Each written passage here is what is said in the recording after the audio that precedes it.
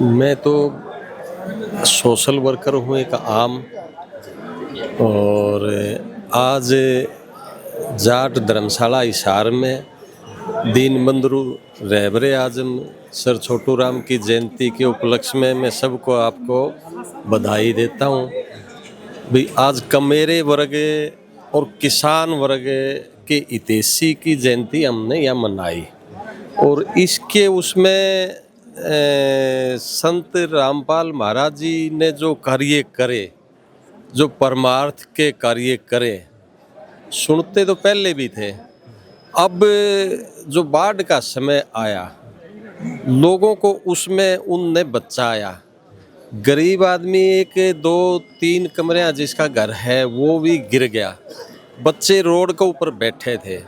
रात के समय आके उनके जो शिष्य थे उनने आके ने व्यवस्थाएं जो करी और जो किसान के लिए जो व्यवस्थाएं करी, भाई जहाँ पानी निकालना था मोटर दिए और कई कई किलोमीटर तक पाइप लाइन दी और पानी निकल के जो किसान अपनी फसल अब तैयार करेगा और देश में समृद्धि ले आएगा, वो संत रामपाल महाराज जी के शिष्य जो जितने लगे हुए थे और संत जी का अनुसरण करके वो सारे बधाई के पात्र हैं।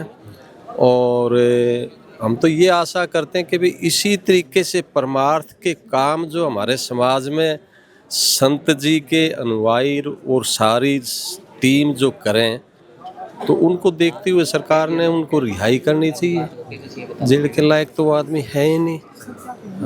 सही है। कुछ लोगों का कहना है कि जब अंदर रहते हुए इतना काम कर दिया, बाहर होते तो क्या करते। अच्छा ही कर रहे थे, पहले भी अच्छा ही कर रहे थे, कार्य तो अच्छा ही कर रहे थे वो। अब वो कोर्ट की बातें, उस पर तो हम कुछ नहीं कह सकते। कार्य तो पहले भी लोगों को जागरूक कर रहे थे कि भाई जो पाखंड है, पाखंड से हमारा पेट नहीं भरेगा।